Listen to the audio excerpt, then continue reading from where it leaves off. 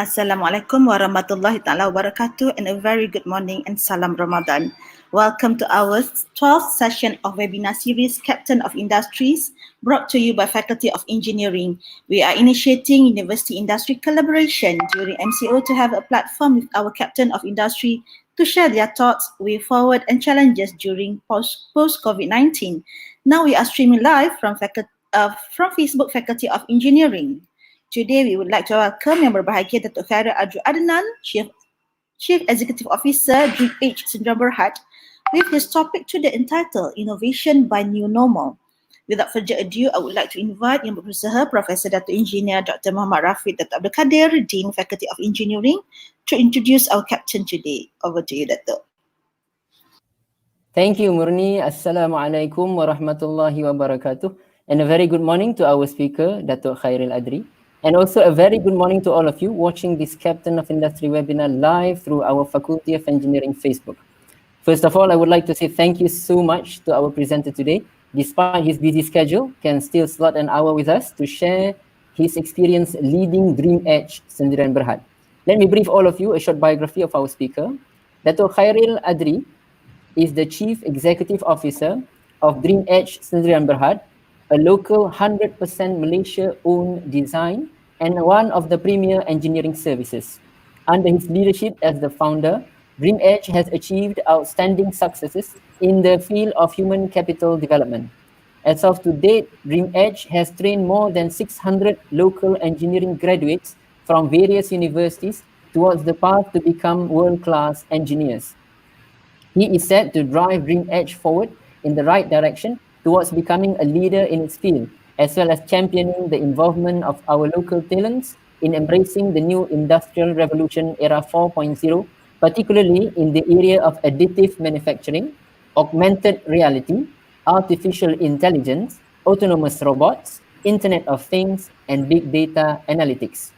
Datuk Khairil Adri began his working career with Digital Process Limited, Japan, DIPRO, in 2001 as its system engineer upon his graduation from the Polytechnic University, Japan, in Bachelor of Science Electronics Engineering.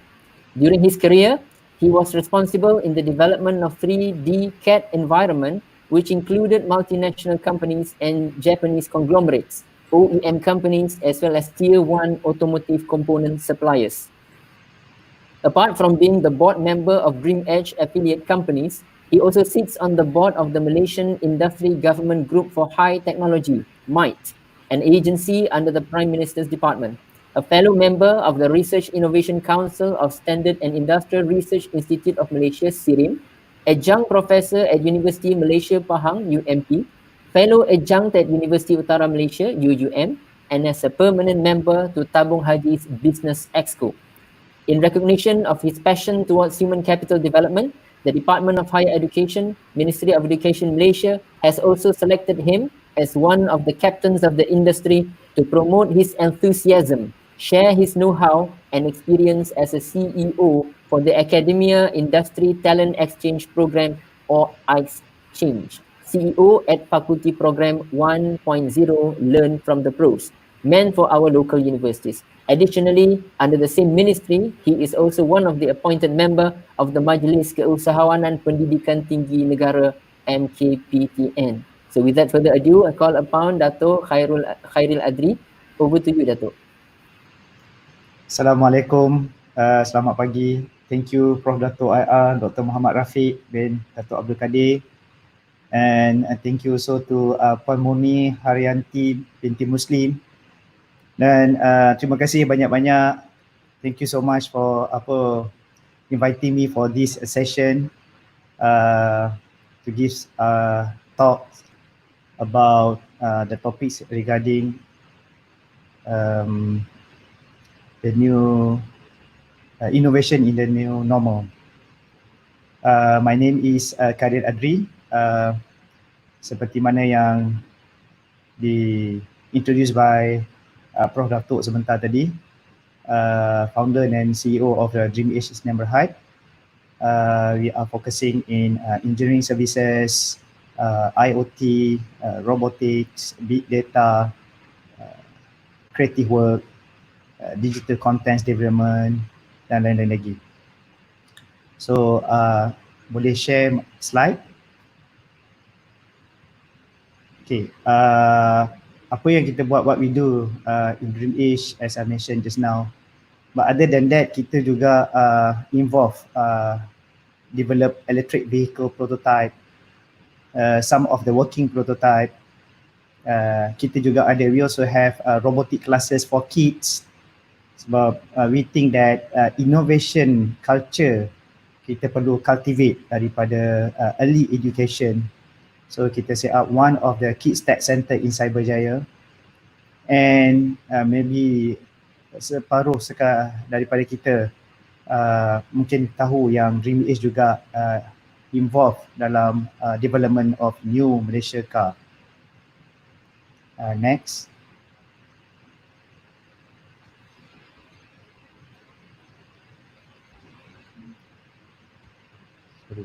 Okay. Alright. So daripada slide ni, from this slide kita understand that in the new crisis, Malaysia enters the new decade 2020. Changes in business climate is imminent, where advanced technology adoption is inevitable. Labor-intensive businesses will be replaced with automation and AI in accordance to the development of Industry Revolution 4.0. So looking at from 1980s, kita dalam Malaysia industrialization period, yang mana pada ketika itu we are focusing in heavy foreign direct investment, especially in regional E&E hub, heavy industry. Pada waktu tu juga we have been introduced with the first national car project, emergence of manufacturing SME. Next, from year 2000, around year 2020, we are focusing more on the telecommunication evolution, especially in broadband internet, 3G, 4G, mobile connectivity, and this era juga the booming of e-commerce, online trading dan sebagainya. And now we are focusing in Industry Revolution 4.0. It might be take 20 years to involve this IR 4.0, especially the combination of digital engineering innovations, cyber physical system implementation, Internet of Things, and full digitalization. Dan kita pun tahu, we notice that AI and robotics is one of the important thing, especially in minimize the human interface, full elimination of labor intensive. This is the revolution in Industry Revolution 4.0. Because of the COVID-19 pandemic, the accelerate lagi the disruptive technology, online platform enhancement, minimizing human contacts, and so on. Okay, in the new normal, while no one can say how long the COVID-19 crisis will last, post-crisis will not look like the normal of recent years anymore. What is the new normal? Will be shaped by a confluence of powerful forces. One, rising directly from crisis, the change, lifestyle, social distancing, business work practice, teleworking, and the other one is evolving from current practice, the innovation, the acceleration of disruptive technology, emergence of advanced technology. So disruption is a new normal, especially during this situation era. One, acceleration of disruptive technology. First, macam saya mention just now, teleworking. We need fast network connectivity for seamless business operation, digital signatory, online approval, and so on. Maybe sebelum ni kita banyak bergantung kepada physical process, dan because of the condition work from home dan sebagainya, kita kena apply this kind of process. Other than that, fintech, from the traditional online banking to digital money to the e-wallet, mobile payment gateway, cashless and society. Automation is another thing, less and lesser human interaction and interface in business operation, especially manufacturing sector. Telematics, utilization of big data algorithm in geofencing. Now government are using this kind of solution macam MyGerak dan sebagainya to manage all the movement, control, last mile delivery, connected vehicle dan sebagainya.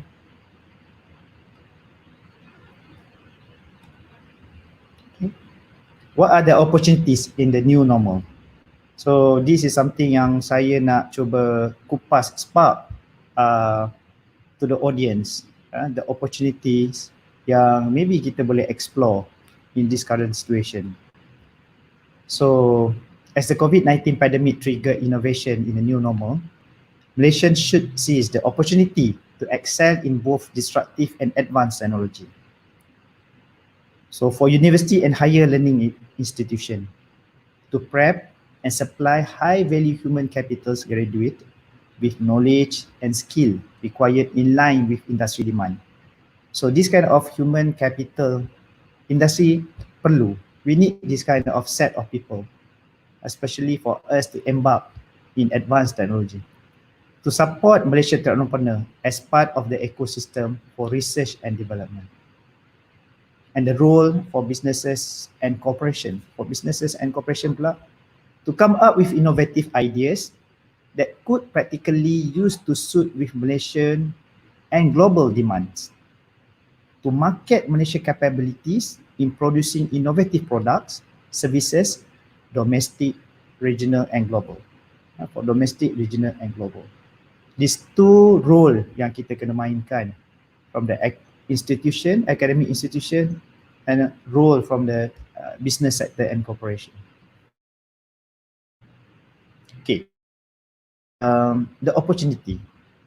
As I mentioned just now, regarding teleworking, there's a lot of things yang saya rasa I think that we can involve or embark apps and software development. Bermacam-macam for delivery, processes, approval and so on. Intranet, cloud hosting, contactless online approval, cyber security enhancement. For automation pula, it's non-manufacturing, face recognition instead of biometric, conveyor dining, self-service kiosk, cashless vending machine. Bukan ini saja, but this is something yang saya terlintas, terfikir, and I assume ada banyak lagi daripada topik-topik ni.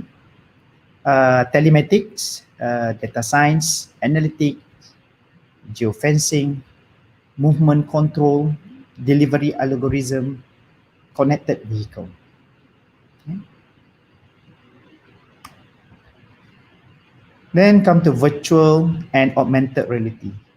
I think this is something yang banyak universiti atau institution sekarang tengah cuba berlumba-lumba untuk develop a lot of virtual and augmented reality online or education contents. So since sekolah tutup dan sebagainya, we need a lot of interactive contents. Dulu maybe kita guna PDF dan sebagainya, but now especially virtual or AR content sangat-sangat efektif to those kids yang berada dekat rumah. Not only for education, virtual and augmented reality can also be applied untuk virtual tourism. Since sekarang turis tak boleh datang dan sebagainya, so we can provide all this content virtually online to the potential tourist. Besok bila dah reda dan sebagainya, dia orang boleh tertarik untuk datang melawat Malaysia. Especially this year, tahun melawat Malaysia 2020, the program maybe kita tak boleh jalankan, but melalui through this virtual contents, kita boleh sampaikan maklumat, spread the information to the potential tourists yang berminat untuk melawat kita nanti. Other than that, marketing and advertisement untuk promote our product more effectively, dan kita boleh gunakan this kind of contents. Training via simulation, of course manual and brochure, contohnya dalam sektor aviation yang banyak buat maintenance, repair, overhaul dan sebagainya, yang mana dia punya manuals tebal. So kita boleh gunakan, we can use digital contents for the maintenance, repair and overhaul. Digital classroom and also troubleshooting. And sometimes over the phone kita nak explain to the end user, to the customer, mungkin tak berapa faham. So with this digital contents, virtual reality, so penyampaian tu more effective to the end user. Other than that, the opportunity yang kita nampak ialah in IoT, because most of the connectivity dah ada. So we can use this platform for the smart home appliance. You can control rumah remotely, or smart office, control office. Not only that, with IoT juga, the smart vehicle can be applied. Contohnya for service and maintenance, the information yang car manufacturer collects from each car, kita akan provide the service, contact the owner. Now is the time for you to send for the service. Nak booking tempat tak? What other services kena buat dan sebagainya. This kind of services kita boleh cuba apply. Other than that, remote sensing. Artificial intelligence. Seperti yang saya nyatakan nanti, there is a artificial intelligence punya revolution yang akan datang. But because of this pandemic, they expedite the implementation. Especially we can also look at on the machine learning, autonomous vehicle. In autonomous vehicle, we need AI to process all the image dan sebagainya. Analytic assistant and also robotic assistant. Some of the key areas, okay, the close relation of innovation in new normal. The close relation between universities and industry is inevitable, is understanding each other's need. So we need to work closely so we can have a very good idea and innovation. The understanding of consumer demand via industry know-how is vital. Manpower facilities available in universities could and should be fully utilized for low-risk R&D and marketing testing. Since dekat university you have a lot of resources, manpower, doctor, professor, and also research student. Other than that, facilities. And the industry collaborate with the university, can make use of these resources, develop some proof of concept to test the market. And innovation, I think, must be fast, timely, marketable in order not lose any opportunity. So time to market kena cepat.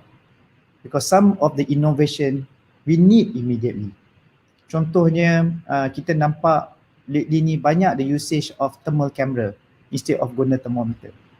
So if we have that kind of solution, banyak opportunity yang kita boleh grab. But now produk-produk ni banyak kita nampak masuk from China dan sebagainya. But okay, maybe it take time for us to develop the hardware, but how to use this hardware to integrate with other system, with attendance system, with HR system, or maybe door access dan sebagainya, right? So demand should be created, not to be waited for. So we need to create the demand. Bukan kita berlumba-lumba just only focus demand yang ada. We need to be people who create the demand. Other than that, planning execution must be done at the same momentum, so that development can be done at the immediate manner. We are typically good at planning, but sometimes kita bad in execution. So just to share with the audience some of the things yang kita involve during this condition.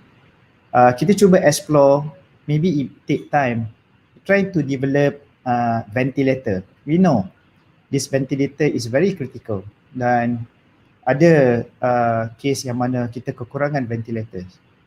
But ada juga question, what happened after the pandemic? Adakah ventilator ni still lagi diperlukan? Yes, dia masih lagi diperlukan. And the business opportunity, especially for the global market, to the development country dan sebagainya, masih lagi ada demand.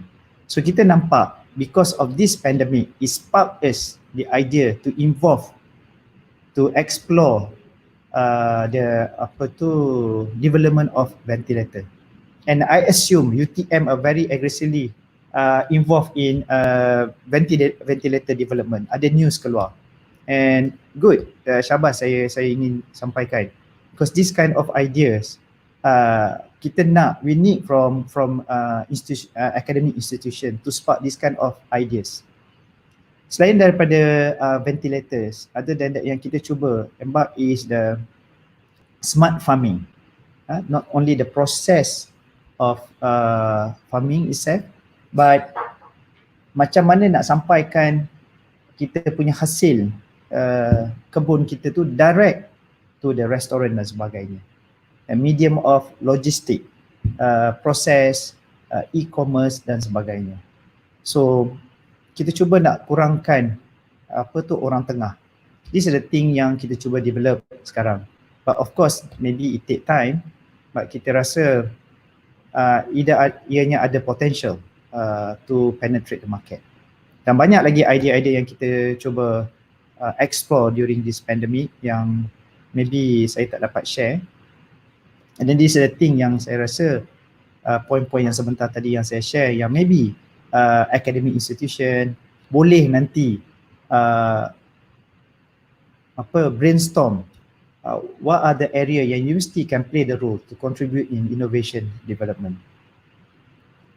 Okay, at Dreamedge, I try to develop the innovation driven by design served by technology. We house engineers and technical experts who share the same vision to provide high quality, value-added engineering services and solutions. The team is solely consists of those who are not only thinking outside of the box, but trying to get rid of the box completely. We value people. Our engineers were nurtured and develop their skill in-house. Along the way, their career grow. We create the value change within our people, resulting to high efficiency in customer satisfaction. Our real reward, customer satisfaction, is previous and their loyalty is priceless.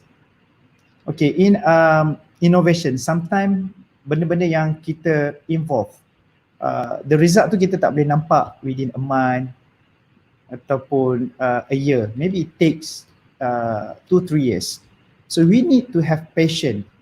Kita kena ada semangat, a good attitude, yang mana nanti hasilnya kita boleh rasa bangga dengan apa yang kita involve.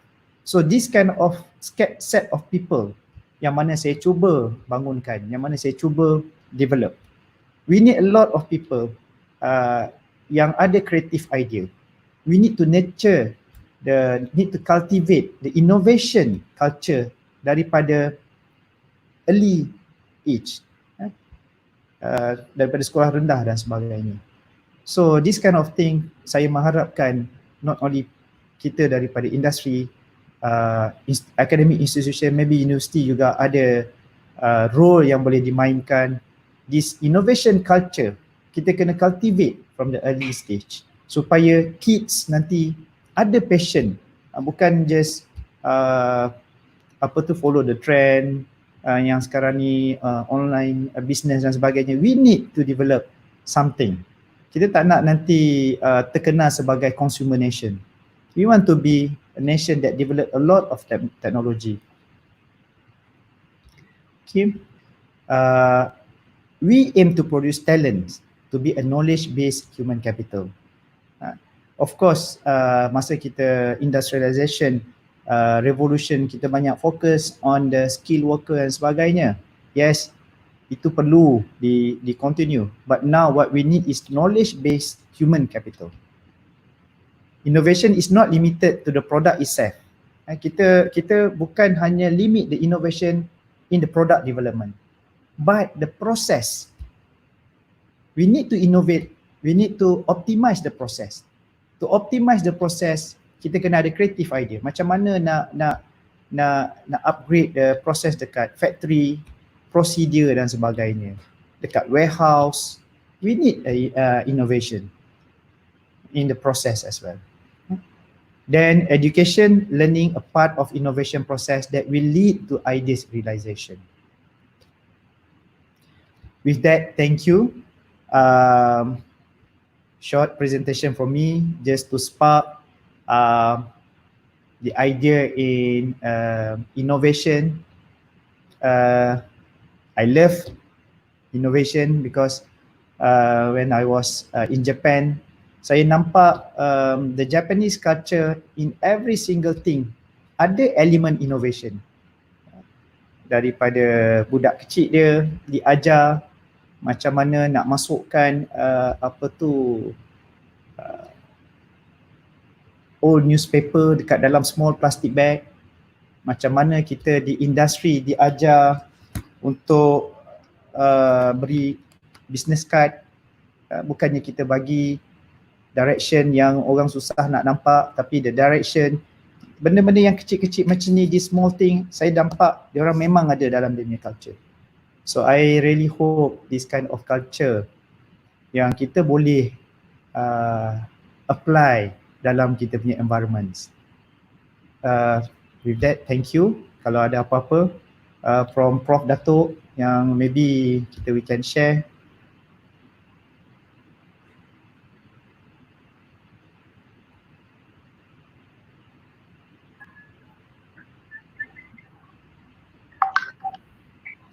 Thank you so much, Datuk, for your insightful sharing and very awesome.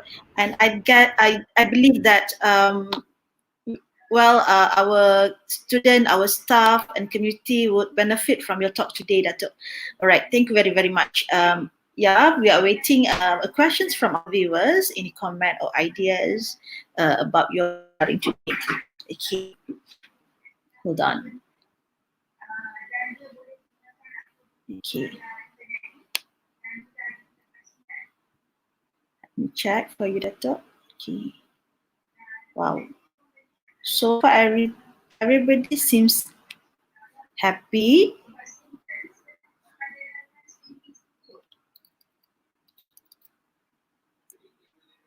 Sounds good. All right. From Helmi Haddad, Datuk, how do you inculcate the innovation culture in your company?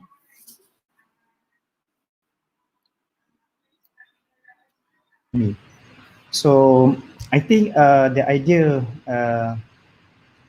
to cultivate the innovation culture, sometimes it comes from the real project. So because we start from zero, we are technopreneur. Bukan semua kita dah ada experience. So we try to force our staff to do a lot of research, study, come out with innovative idea. Kalau if our customer request this kind of job of scope, sometimes I always encourage my staff to give 110 or 120%. So for that, untuk bagi lebih pada tu, kita kena ready, kita kena do a lot of research, kena do multitasking dan sebagainya. So I assume with this process, indirectly, kita cultivate the innovation culture in our company. Okay. Thank you, Datuk. Right. The next from Sheila. As you mentioned, to prep graduates with knowledge and skills required in line with industry demand, is entrepreneurial skills such as communication, risk-taking, innovative, financial knowledge considered a must for engineering graduates? Okay. Thank you, Chilat. Yes, the entrepreneur skill, I think, is very important. But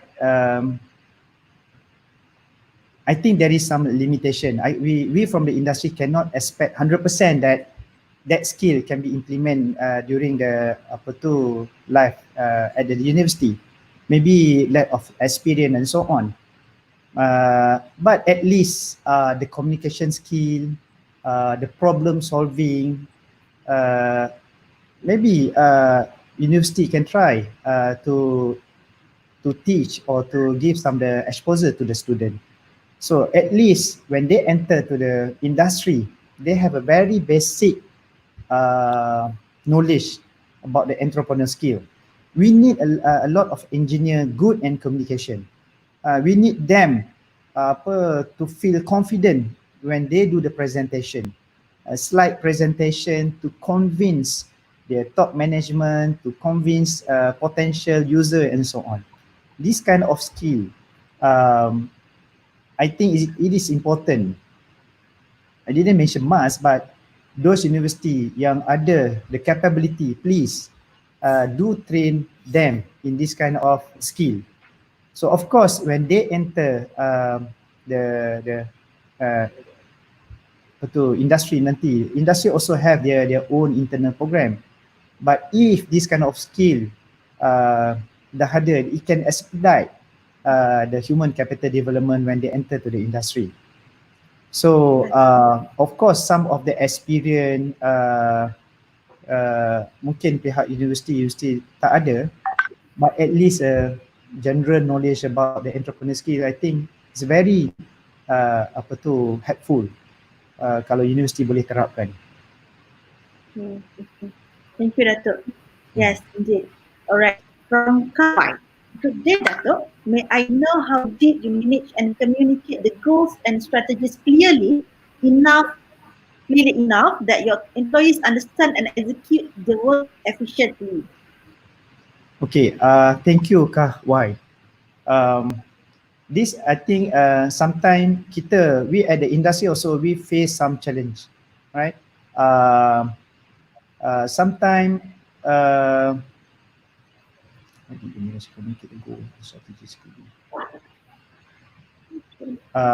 the engagement. I think the most important thing, the engagement between management with the executive and so on. The engagement, the communication is the most important thing. Sometimes problem can be solved because of a very good communication. Sometimes the problem can be solved with the good engagement. And we also focus some misunderstanding with the clients. Sometimes it takes time for us try to interpret what the client's expectation. But through communication, through the engagement, I think this kind of problem can be solved. Okay, thank you, Datuk. Yeah, I do agree with you. All right. Puan, and sometimes problem also happen even though you are clearly understand, but sometimes because of the lack of communication, the engagement, reporting and so on, it might also can occur some problem. So please, I always emphasize to my staff, the most important thing is communication. Tak kira masa lah. If you think this need immediately to report to the superior, please. So this kind of culture and reporting and so on, I think is very important. So actually, my fresh graduates, I entered Citibank as sales credit card sales. So I do actually develop my communication skills, the negotiating and so on and so forth from sales as a salesperson, and it's good actually, even though it's not, it's not a glamour job or something that you cannot expect after you graduate. But then really, it's always behind the silver lining, of course. Right. Is that last questions for Dato'? I guess. All right. Okay. Sometimes, Puan, if I may add, sometimes in our life, apa benda yang kita disuruh buat tu, kita tak tahu what is the objective. Yes. But maybe after 2-3 years after that, this is why our company suruh kita buat benda-benda macam ni. So I don't know. dekat Malaysia ni dia punya approach macam mana. When I was in Japan, I've been asked to clean toilet every Friday. You pakai necktie, you kena masuk toilet, you kena clean the toilet. Can you imagine as an engineer to clean the toilet? But I never asked kenapa. Now, after almost 15-16 years, diorang nak train the loyalty dan sebagainya. So sometimes in our life ada benda yang kita tak realise, kita tak boleh nak faham. So never mind, just buat dulu. That is a positive. I think this kind of culture, positive thinking we need to survive in this orang kata competitive it's part times. of the generic skill that everybody you have to embed in yourself, in your working skills and etc. Okay, the question from Aiman Ramli. What are the initiatives that a student can take to apply the theoretical part that we study with the practical part? Okay. Thank you, Aiman Ramli. It's very good question. I love this kind of question. When I talk with university, and I always advise to the university, please do close engagement with the industry. Please. So when you have very close engagement with industry, student dekat early stage, maybe first year, second year, dah nampak what are the demands from the industry. So this kind of engagement, saya dulu difahamkan ada program macam to you to I, apa lagi, macam-macam.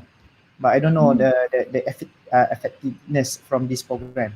But what the thing that you learn at the university, especially theory, when you engage with the industry, don't wait for the industrial LI, latihan industri. Latihan industri. But the engagement, the program with the industry tu kita kena ada very close engagement. So like Dreamedge, kita kadang-kadang we have a lot of requirement from the potential customer. So if we have very close engagement with the university, kita boleh share, Dean ataupun fakulti mana-mana, can you try to explore this? So from that engagement, so we can know, this is thing yang I tengah belajar dekat university, macam ni dekat industri punya demand. So if I belajar Arduino, what is the important thing?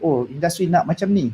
I belajar automation, I belajar AI, I belajar augmented reality dan sebagainya. So masa saya zaman student dulu, we learn C language. But kita tak tahu C language ni nak pakai waktu bila. From that experience, I assume that very important, the engagement, close engagement between industry and university, or probably some of the final year project or some of the research dekat university pun take the problem from the industry. So then you akan nampak the elements of research, development and commercialization. Sometimes kita habis dekat research, we don't even go to development. Sometimes kita sampai kat development and we don't know how to commercialization. So this kind of engagement with the industry, the element of R&D-C tu, we can implement. Okay. That's right, betul. So capture of industry actually data is part of it. Alright. Kita cuba nak close the gap dengan industri, kita nak tarik lebih ramai industry player to collaborate dengan kita. Kan? So we take it this MCO MCO ni, this is part of our program that we are trying very hard to engage closer with the industry player. Okay, thank you Datuk. Thank you so much. I guess we are going to have another questions. Okay, tak apa. We take this as the last question. Alright. Since I think, thank you, Mr. Helmi. I think this is also a very good question. Can you share with us the form of CSR and the Dreamedge Engage? Okay. Because I love innovation. I tak tahu. I daripada kecil lagi I love innovation since at the early age. So saya budak kampung. So I know sometimes ada limitation masa kecil dulu kan. My parents tak berada dan sebagainya. But now bila ada kelapangan sikit, saya nak contribute. I try to contribute contohnya what we have done is we do robotic and drone programming for school kids. Start from standard 1 to standard 6. So kita dah travel since 2019 kalau tak silap, or end of 2018 kita buat school program dekat Kedah. We bring around almost 1,600 to 1,000 student per kampung dekat hotel, and we train them the programming. But of course kids dia tak tahu C language programming, but we develop the interface untuk diorang senang buat language programming. And this syllabus I managed to convince one of the Japanese kids tech center. We managed untuk dapat dia punya syllabus, we bring back to Malaysia. We've done this program.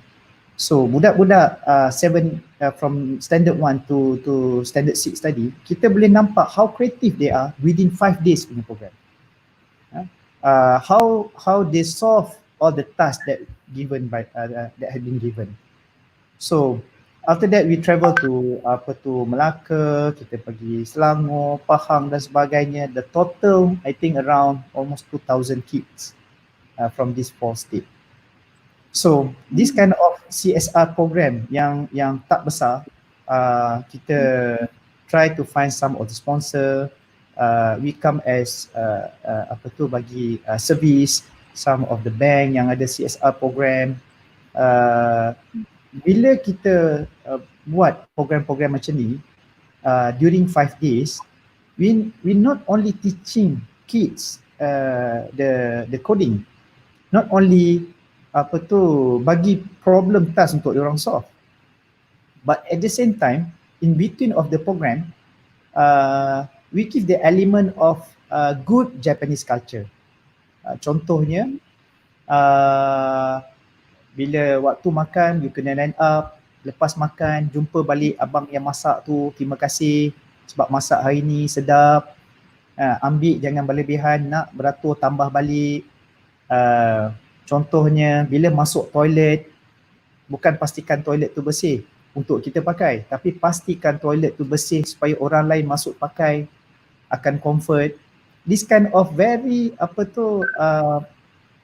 attention to detail, very particular things yang saya rasa our culture dah lupa. So benda-benda macam ni we need to educate or cultivate budak-budak ni.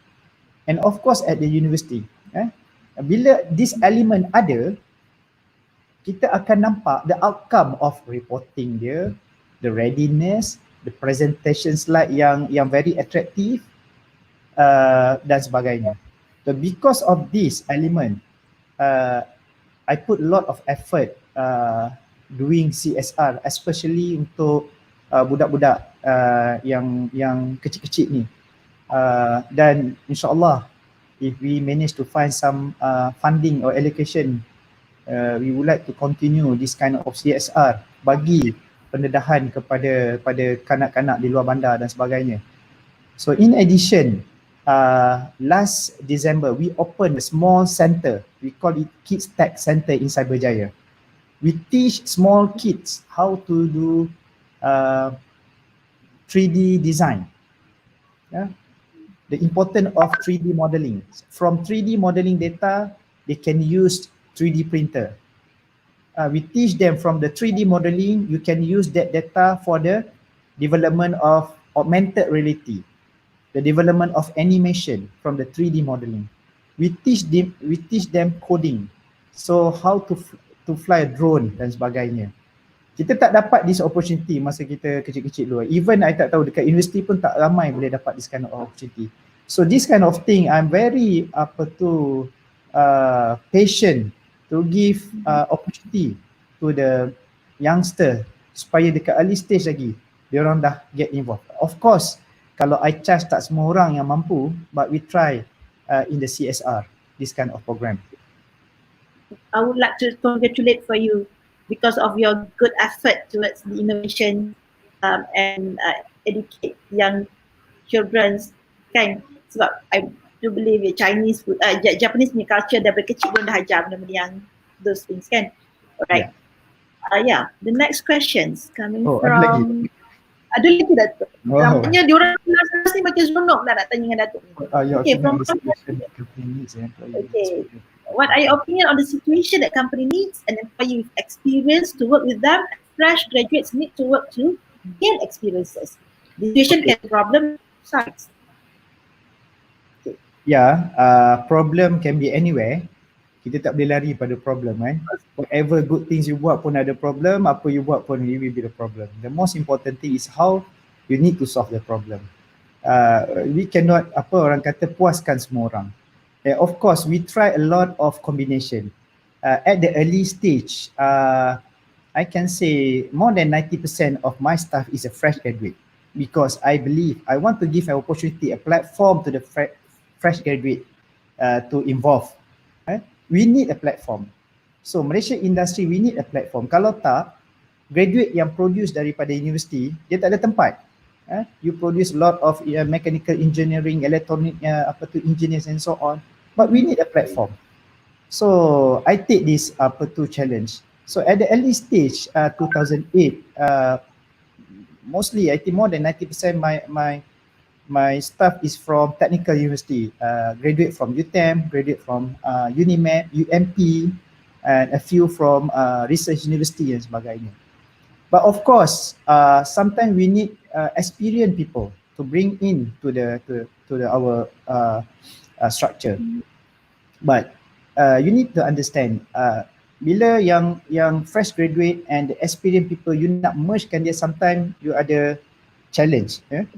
The experienced people kan try nak implement dia punya experience, yang ini belum dan sebagainya. So someone kena jadi the integrator to solve the problem. Okay, I know your experience, you apply dulu macam ni, but you would like to do like this. So to those fresh graduate, new staff that no, we need to learn because proven they done this kind of thing. So we need a lot of intimidator ataupun orang tengah ni dalam industri. Not only dekat dalam in my structure, I think of course dekat mana-mana pun this happen. Yang people kadang-kadang macam I cakap tadi, the communication problem, the engagement tak rapat, jadi dah mula perasaan chemistry tak ada dan sebagainya. So I think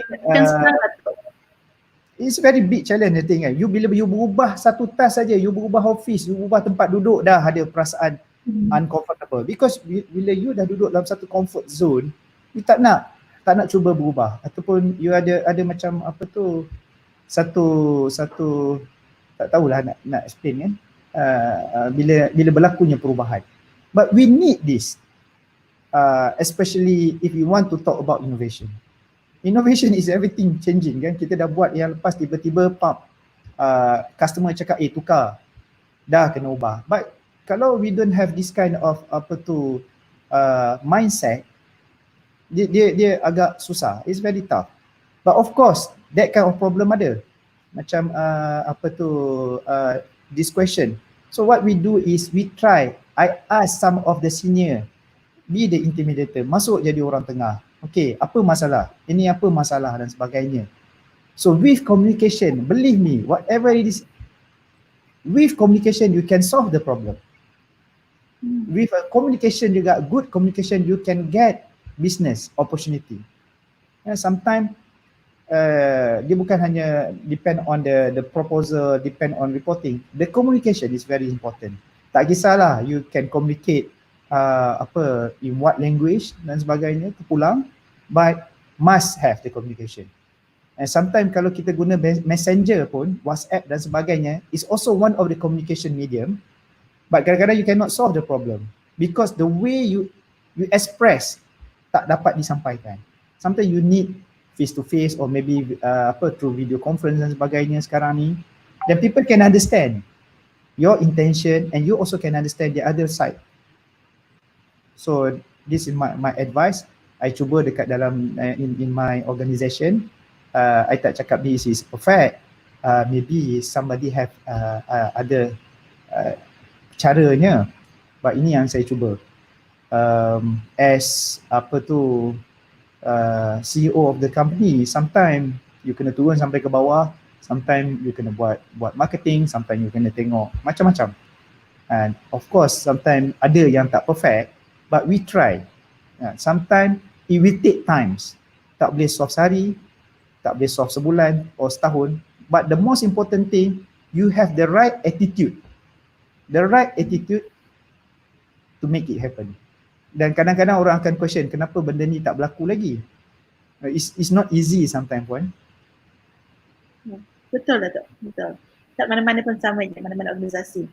Right, well said Datuk. Okay, from Muhammad Ismail, Datuk, are we born as innovative person or it can be inculcated? Okay, I think both boleh. Sometimes from the family background, kan? Sometimes from family background membuatkan secara tak langsung we are dalam innovative environment. But kalau from my experience 14 years in Japan, some of this innovative culture dia ditanamkan dalam daily education, environment dan sebagainya. So saya rasa the combination of both. Contohnya yang saya rasa ada dekat Malaysia, yes. Kalau audience have opportunity to go to mall. Sekarang dekat Malaysia we have Uniqlo, apparel Uniqlo from Japan, dan mungkin pernah dengar. Cuba observe. Salah satu lagi to be a innovator ni, to get innovation, you must be an observer. I love to do observation. So one of my hobby is observe orang, observe proses dan sebagainya. So from my observation, kalau you pergi Uniqlo, Uniqlo ni was set up I think 1998 dekat Japan. Masa tu saya ada kat sana. What I observe is, bila kita beli baju, dia akan masukkan dalam plastic bag, dia akan letak tape. Dia akan letak tape. Alright? Dia akan letak tape, dekat penghujung tape tu dia akan lipat. Sorry, I kena explain dalam Malay untuk bagi senang faham. Dia akan lipat. Kenapa dia lipat? Kenapa dia lipat? Sebab dia fikirkan kita sebagai customer bila balik senang nak buka tape tu. Dan benda ni bukan datang daripada family background. I think from that organisation. So bila saya pergi tempat yang lain juga, pun sama juga dia akan lipat. Okay, itu yang saya observe dekat Japan. So bila saya balik Malaysia, Uniqlo establish dekat Malaysia. Dekat Bukit Bintang dan sebagainya saya pergi. And I observe our local staff dekat Uniqlo pun doing the same thing. And lipat. Dia ambil tape dekat plastic bag, dia lipat supaya kita balik senang nak buka. So I tanya that staff, you buat ni memang you daripada asal ke you buat macam ni? No, we have been trained to do this. You tahu kenapa? Yes, we have been teach the important kenapa buat benda ni. So maybe ada setengah orang tu memang dilahir ada passion, ada idea in innovation. But this kind of thing kita juga boleh cultivate in our organisation, in our family and sebagainya. But someone must have that kind of spirit, the attitude. The attitude is the most important thing. Attitude juga akan define whether this innovation in the new normal ni can be done or not. Yep. They are doing beyond than customer delight. Yeah, please. You do a lot of observation and then you akan nampak some certain very small thing yang orang buat ada tujuan dia. But maybe kita in our culture kita lupa. We sometimes we forget about this kind of thing. Kita nampak benda yang dekat surface. The small thing tu kita lupa. But yes, that make us different between us and the Korean and also Japanese culture, and probably Chinese nanti pun akan apply because they need to improve. They do a lot of product development sekarang, so they need to improve. Then during the improve process ni, they will implement all these attention to detail punya benda-benda ni. Setuju tak? Yes, Yes, comment from Richard too. Mr. Richard Fu, I totally agree. Seriously, I totally agree. The food packaging marvelous. Kadang-kadang you beli frozen food yang well packaged, and sometimes kalau you beli apa tu macam souvenir, dia punya macam small cake, you nak buka kotak pun you rasa sayang.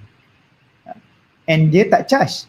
They don't even charge the extra for the packaging tu, because that is the service for their customer. Maybe kita tak nampak benda-benda macam ni. We go to some of kita punya F&B dekat Malaysia, okay lah kan, tapi not beyond than that. So dia punya packaging, dia punya presentation, very presentable. And I believe we are as a Muslim, if they are Muslim country, they are the best in the world. They apply all the process. All the process of halal process, packaging, hygiene, semua ada dalam dia punya application dia. So I totally agree, Mr. Richard Fu. Food packaging, I think one of the top in the world. Okay. Right. Thank you so much, Datuk. Right. Thank you so much. Very interesting session today. It's an honor actually for Faculty of Engineering to have you today, Datuk. And okay, despite of your precious time, despite of your busy schedule, you are spend time with us, so we are very cool. Alright. Okay. Last from me, selamat Hari Raya, maaf zahir batin. Segala yang itu datangnya daripada Allah, segala yang silap tu daripada diri saya sendiri. InsyaAllah kita jumpa lagi, Datuk. And yelah kan, okay, homeschooling, work from home, kita celebrate Hari Raya pun di rumah juga. Okay, alright. Saya akan I'll get back to yang berbagi Datuk Rafiq for the last few words. Over to you, Datuk. Thank you, Murni. Thank you, Murni. Datuk Khairil, Adri, thank you so very much for taking some of your precious time with us today. You know, you mentioned a lot about innovation, which is also part of our strive at the Faculty of Engineering. And then that's the reason why we merge all our engineering faculties. Previously, we have 5 different engineering faculties. We merge into one. And then on top of that, we include the School of Computing, the Faculty of Computing, into the Faculty of Engineering, for the main reason of generating new innovation. You know? So we want to revamp our curriculum so that our engineering education also include the elements of computing. You know, you mentioned Internet of Things, you know, big data analytics, augmented reality, that kind of thing. So we want that to be part of engineering education. Rather than we teach conventional engineering, we want to move forward into the era of post-industrial revolution. So Datuk Khairil, Adri, thank you so very much. Of course, we will continue our collaboration with Dreamedge. I believe that one of our staff is also attached to you. You are her mentor. Is she around? Yeah. Yes, she's around. Come, Dr. Masita with me. Yes, Dr. Masita. Dr. Masita. Yes. Thank you, Dr. Khairil, for supervising, mentoring our staff. So hopefully she will benefit from her stay at Dreamedge. And to all our viewers, thank you so very much for joining our session right now. Please don't forget to like, share, and comment our Facebook. Let me try. Okay, excellent. Got it right this time. Yeah, like, comment, and share our Facebook. Yeah, and so thank you to all of you, and thank you again to Datuk Khairil, Adri. Over to you, Murni. Thank you, Datuk. All right. Thank you for our viewers today. It's always a pleasure for us having our large number of viewers for our webinar Captain of Industry today. Please wait to our upcoming webinar of our next Captain of Industry in future after Hari Raya. With this, we would like to wish Selamat Hari Raya, maaf zahir dan batin from the team of Webinar Captain of Industry and also Team External and Global Engagement Faculty of Engineering UTM. Segala yang elok dan baik yang indah itu datangnya daripada Allah Subhanahu Wa Taala. Segala yang buruk itu datangnya daripada kesilapan saya sendiri. Okay, no one would imagine this unprecedented time working from home, schooling from home, or even we are celebrating our Hari Raya from home as well. Keep the spirit of Hari Raya with forgiveness, kindness, and sharing. Please enjoy your extra special Adri Fitri this year with your loved ones. Stay safe, stay healthy, keep your social distancing. Please don't forget to like, comment, and share our program. Have a good day. YBhg taufiq wa hidayah. Wassalamualaikum warahmatullahi wabarakatuh, and see you next time. Bye. Selamat Hari Raya.